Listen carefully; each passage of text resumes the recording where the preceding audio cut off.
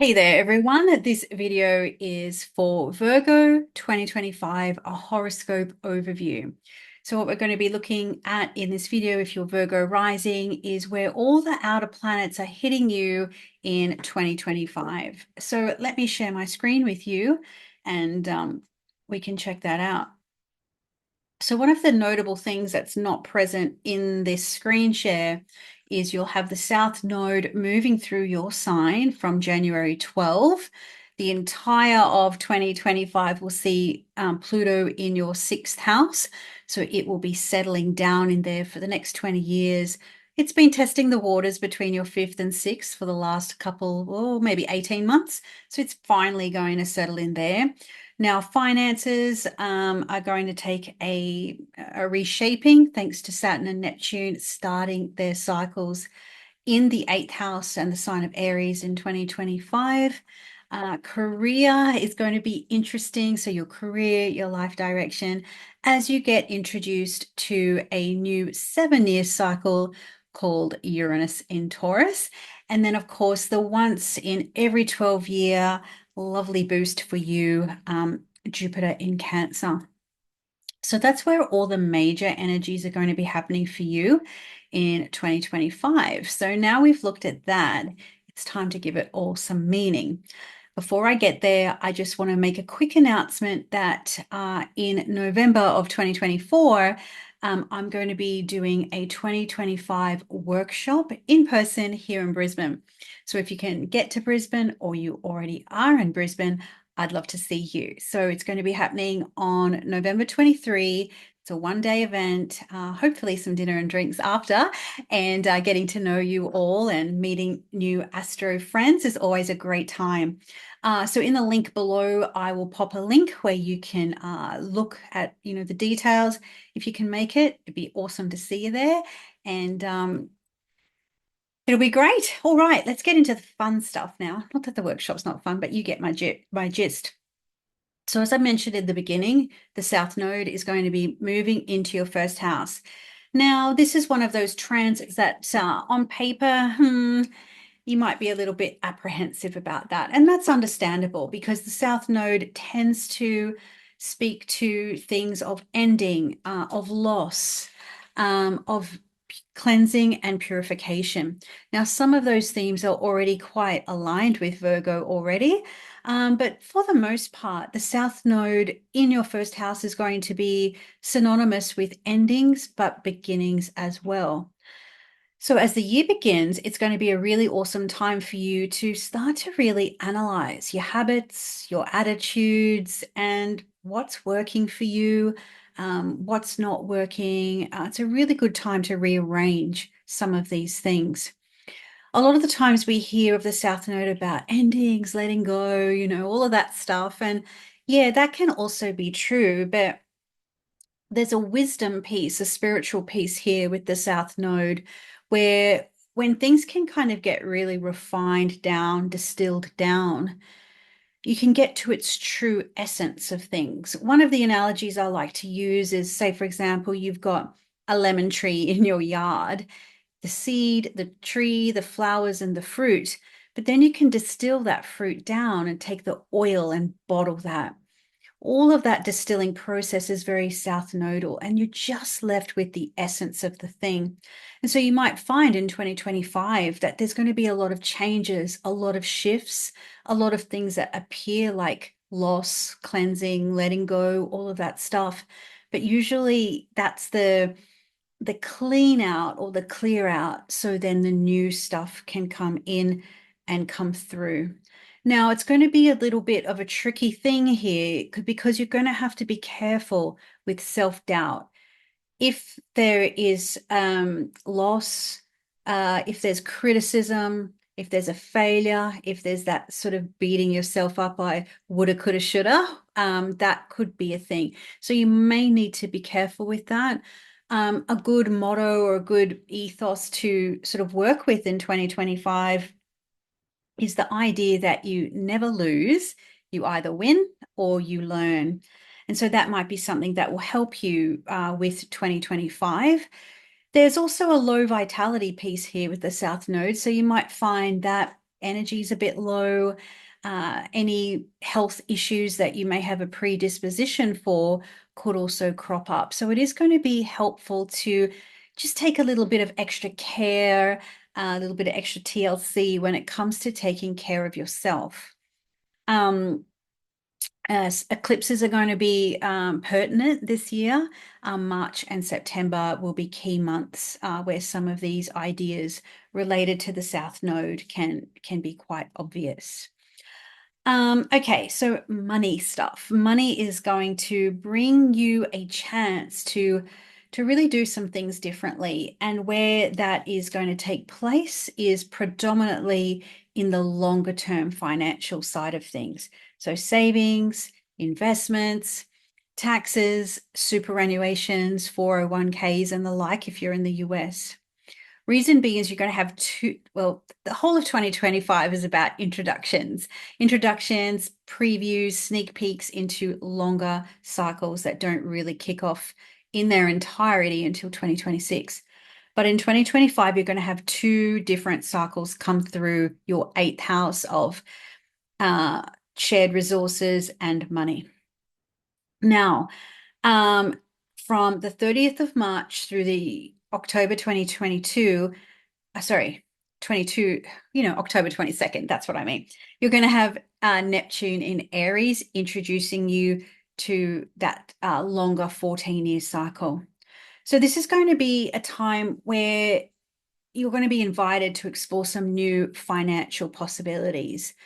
You might start dreaming of things that you hadn't thought of before. So maybe buying a house, in making investments. Maybe it's got something to do with building some longer term financial security, which you may or may not have. The idea is, do you have a dream, something that's really stirred within your soul? And what do you need to do in terms of a disciplinary actions to make that manifest, which is enter Saturn, but I'll get to Saturn in a moment. I'd also have to give a bit of warning where Neptune's concerned, and that's the idea of when it comes to finances, when it comes to money, when it comes to going in collaboration with somebody else, you really do need to be careful. Neptune does have a little bit, it is a planet of deception. It is a planet of not seeing things clearly. It can be a planet of seeing what you want to see as opposed to what's really there. So you may need to be a little cautious with, get rich quick schemes or things that may seem too good to be true. And that's not to be a dream killer. That's just to be smart. Okay. So you want to be, do your checks and balances before you get into checks and balances kind of thing. So, the Saturn piece there may be some help. You might help to apply your due diligence. It might help you be more disciplined and rigid than you might otherwise would be if Neptune was just going in by itself. So this is also a continuation of a cycle, the Saturn and Neptune cycle in Pisces, your seventh house, moving into the eighth. So this could also be symbolic of coming together, in a relation, you're in a relationship and you're taking it to the next level, which could be have a financial indication to it. So maybe it is buying a house together, getting married, joining forces. And for some Virgos too, this might also be spelling the death knell of a financial arrangement that's already in place. You could be feeling disillusioned. Maybe you're not where you want to be together, and Saturn could just sort of be the for whom the bell tolls, and you decide to, yeah, that's kind of, we're done here. Very much a possibility. So from the 2nd of March through to the 30th, you're going to have two retrograde cycles, and that will be both Venus and Mercury starting their almost consecutive retrogrades in Aries and your 8th and going back into your 7th. So this is going to be an ideal time, whether you're joining forces with somebody or you're saying sayonara, that let's look at the details, let's look at the logistics, let's look at the paperwork, and come to some kind of arrangement, a deal, a negotiation in how you move forward together in some circumstances. And for others, it might be how do we split up this joint pool of resources that we have together. So that would be a really great time to negotiate, strike a deal, seal a deal, collaborate, also to research your options. Mercury retrograde in your eighth house is a great time to, am I paying too much for insurances? Could I get a better deal on my home loan, for instance? You would be amazed. And so few people do this. If you kind of call your bank and just ask them for a better deal, you can get that. I've seen people do that and may not save huge amount of percent off their interest rate, but over time that really adds up. And so if you don't ask, you don't receive. And so Aries is the sign on your eighth house cusp. And as planets move through there, it is going to encourage you to get more decisive, to get more action orientated, and to sort of take charge of how things look like for you in this sphere of life. It's really going to be all about where reevaluating, these retrograde cycles, where your money goes and how you can make better choices with that. And so these are the little things that we can do that will set you up for success in the longer term. So relationships have been a really key thing for Virgos for some time because Saturn has been moving through Pisces, Neptune has been moving through Pisces. So in between the end of May, so May 25 through to September 1, you're going to get a little bit of a reprieve from any weight, pressure, challenge, difficulty, and just the weightiness that Saturn can bring in your seventh house. Saturn isn't here to always make life difficult. It's also going to help you get clear. What do you really want in relationships? It's a cycle of maturity. It's a cycle of commitment. So if you've just kind of been dating or casual, or someone's in your life, but you're not really, moving forward in terms of a more serious commitment, Saturn moving out of the seventh may help you figure out what you actually want in terms of relationship, whether it's with this person or maybe the next person. Because then Saturn's going to come back from September and spend about another six-ish months in your seventh house. And so you're going to figure out during this period what works for you, what doesn't work. And if you've been papering over any cracks in a relationship, Saturn's going to help you either reinforce the structure of the union you have, or maybe you realize you've reached the end of the road and it's what did she call it? Conscious uncoupling, thanks to Gwyneth Paltrow. It's a heavy cycle for you, but it also can bring a lot of clarity. Okay. And it really, we're a little, I don't want to go on a different tangent here, but we are a little bit adverse to the hard road in love these days. And usually it is the tough times that really solidify partnerships that are worth having. Everyone wants to be with you when the times are good, right? But what does it look like when things don't look so good? So yeah, Saturn will return on the 1st of September, and then you'll have until the 14th of February. So, nearly 6 months to either decide you're going to renew your commitment to somebody and make it stronger than ever, or, Splitsville, whatever works. And it might be a process of sort of being unsure. Saturn leaving the seventh house for a little bit, then coming back. That might be the time where you, kind of give it one last try and see what happens. Neptune's also going to make a temporary exit from the seventh house from the 30th of March through to the 2nd of October. Now, Neptune's been in Pisces for what seems like forever, since about 2011. And Neptune in the seventh can be magical. It can be inspiring. It also can be totally delusional and impractical. So if you look back in your love life for, the last more than a decade, how's it been? Have you attracted slippery types, maybe magical creative types. Maybe it's just been really difficult for you to even decide what you really desire in the seventh house capacity. And so Saturn being there for the last almost 2 years, good 18 months, has perhaps brought some clarity because it is the antithesis of Neptune. But how do you not throw babies out with bathwater here? So, how can you have some practicality but not lose the magic?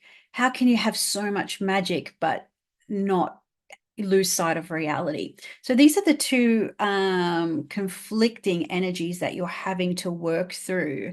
And, for the most part, March and May, and then September, October, those kind of months when Neptune and Saturn move out, that's when that energy is going to be totally gone. And so everything's going to look different, it's going to feel different, but then it comes back. So from about September, October, it'll come back, and then you'll, have that renewed sense of clarity, maybe a renewed sense of confusion, quite possibly too. So if love's been foggy, you might get some clarity. You might be able to decide whether your current situation, whatever that is it a dream or is it a nightmare? So it's a lot when you're Virgo rising at the moment. Now, to add more to that energy, we've also got the North Node in Pisces from January 12th. And so this is going to push you forward with something. The node has a capacity, because wherever the nodes go, eclipses follow, right? So the first and the seventh house in 2025 is very much sort of you and other people, is going to be a massive timeline. And what does that look like for the leveling up from the eighth house? So whether that's financially, emotionally, pooling resources, physical, emotional, spiritual, sexual. I mean, I don't really see the eighth house as sexual, but I can sort of see how in some situations it can kind of be that way. It's not the go-to, in my opinion, though. So for 18 months, you're going to have new possibilities coming through there, new possibilities to have more experiences together, to really push forward in a relationship if you're already coupled. If you're single, I don't know if you will be for much longer, because the North Node in your seventh house can be a real road opener when it comes to love. So you'd be surprised how quickly you could go from one relationship status as you're watching this video to what it might look like by the time this cycle's over. So I often say to people, when it comes to eclipses, imagine like the house cusps that they occupy. Imagine that, say, for example, yeah, you could sort of see that for yourself in 3 to 5 years. Really, you're looking at 18 months to 2 years. The life gets churned up in those topics and things can really move forward. And where the North Node is, which will be your seventh house, is where things will really get amplified, tend to get a little bit louder. That volume gets turned up on that way of life. So there's a lot going on in the seventh house for you. So either way, you can perhaps obtain an impossible dream, the Prince Charming or whatever you want to call him or her. And also to, if you are already coupled, how can you bring some practical magic back into the energy there? But September is going to be a key month because you'll have an eclipse there, lunar eclipse. Adventure. So adventure is going to be a big one. Taurus is your ninth house, so study, academia, travel, broadening horizons, philosophies on life, whether all that's metaphorical through study or learning, or whether it's actual travel. Uranus is going to leave for a period of time and then it's going to come back. So it's going to leave between July and November. And then there'll be a little bit more Uranus and Taurus to go. Point being is that you might start getting a little itchy scratchy in that part of life. You might be wanting to tick off some items from your bucket list. You might realize you have to change what's on your bucket list. And with Taurus on the ninth, it's probably something that you don't normally do. Study, travel, spirituality is all going to be a key theme here. So, what brings you closer to God in whatever sense that makes the most meaning for you? So, you might want to dive into astrology, diving into pathway, a study pathway, whether it's tarot, astrology, magic, some kind of alternative or esoteric arts. Maybe you want to go back to uni and finish that PhD. Maybe you want to do some of those training courses that might help you professionally. So whether those broader perspectives that you're trying to lock in are either literal or they're metaphorical, you've had a long time already to try these things on for size, dabbling in this and dabbling in that, seeing what fits for you, what is authentic for you. So this is a chance, if you haven't already, 2025, you'll get the chance to take some last ditch opportunities to choose that path less traveled. So if you've been umming and ahhing and trying to decide, should I do this? Should I do that? Maybe I won't do this. It's a go for it energy. So book the ticket, sign up for the program, take the pilgrimage, whatever it means for you. This is going to be a really great year to go all in on it. Now, friendships are another big theme. The year begins with Mars retrograde in Cancer. So it's not too friendly in the 11th house. So at one level, you might have a lot of energy and motivation to really strike out in a new direction when it comes to making new friends, rubbing shoulders with new people in a group or community setting. Maybe it's got something to do with your professional industry. You want to be seen with the right people or be seen to be moving within the right circles. Then on the other flip side, as you're pushing in some directions, you might be withdrawing some of your energy from others. So you might find that you pull back from some existing friendships, some existing groups, some existing communities. And that's just what Mars retrograde does. You'll have these days where there's so much action and progress, and you think to yourself, what, Mars retrograde? And then there's this other day where you just hit the brick wall, and it's literally that. So do be prepared that there's going to be a lot of fluctuations energetically, emotionally, with other people in general, especially your friends, your comrades, your besties.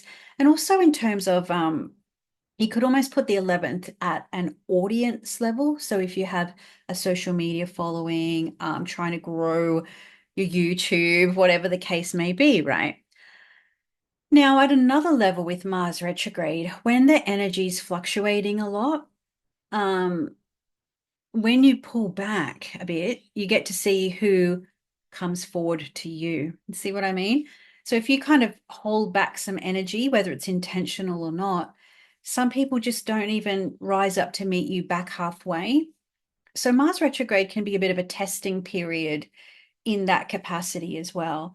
So who steps up the effort when you are unable for whatever reason to do so? So you know how we can have those friends that you're the one always reaching out to, and if you don't reach out for them, they don't reach back for you. So that's the testing stuff that I mean there.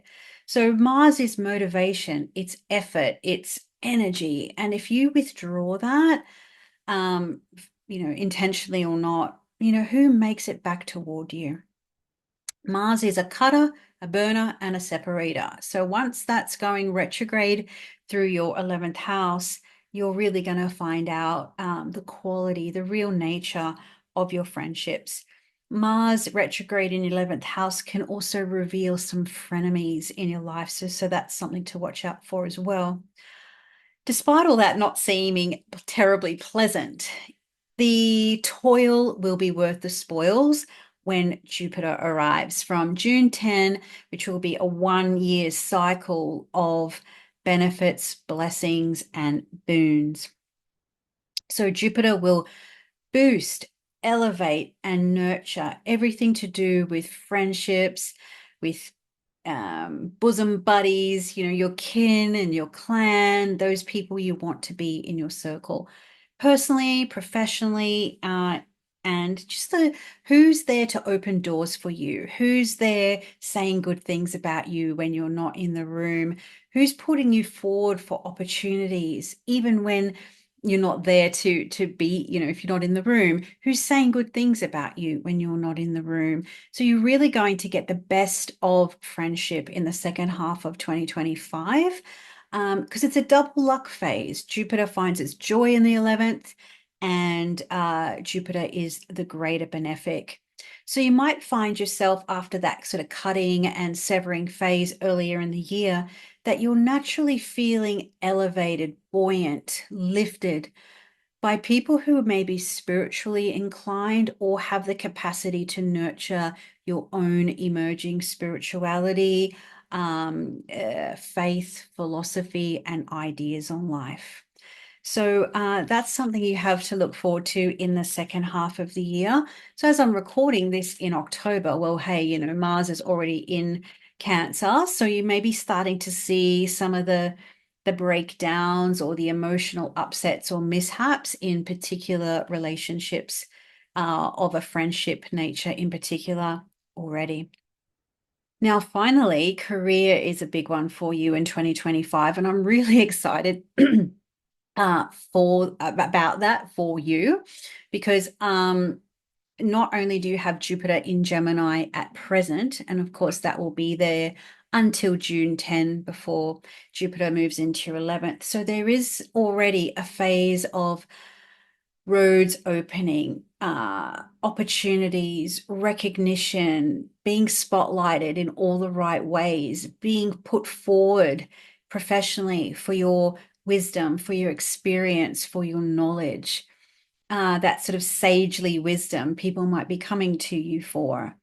Jupiter only comes into your 10th house of career, life direction, the big picture stuff once every 12 years. So it could almost be overwhelming with how many opportunities are available for you right now. And that might be some of the tension that you're experiencing in a relationship. Maybe you want to take on a job opportunity, but what about your relationship?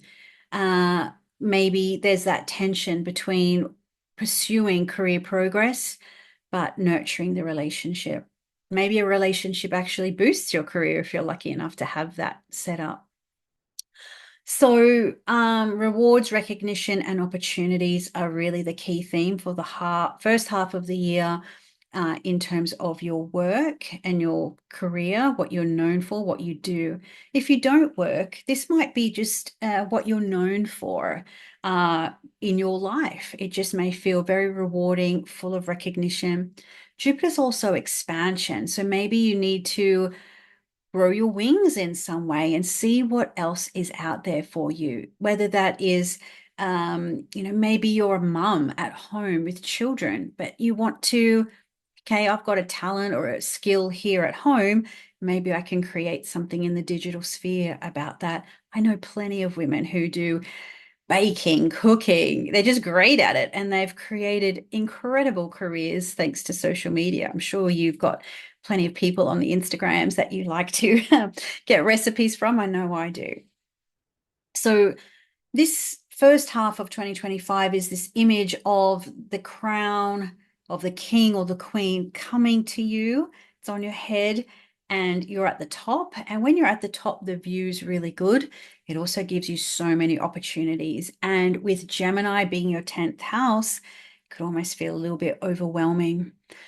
So when you have this view and all the possibilities, my advice moving forward, because Uranus is going to go there, Uranus will be there from July to November. So you're going to get a taste test of change, chaos, instability when it comes to your professional life or your overall life direction for the next 7 years.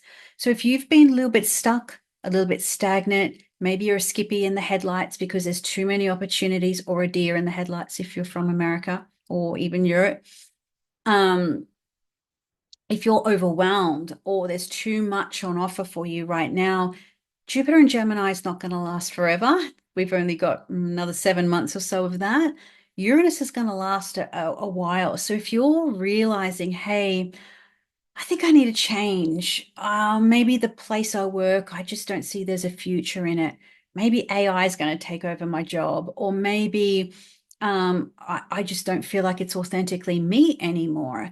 So if you've got these little inklings of um, disruption, change, you know how we can have these things in our life where something kind of annoys us, or we get an inkling or an intuition, but we push it down, we ignore it, we go, nah, she'll be right, mate, that type of thing.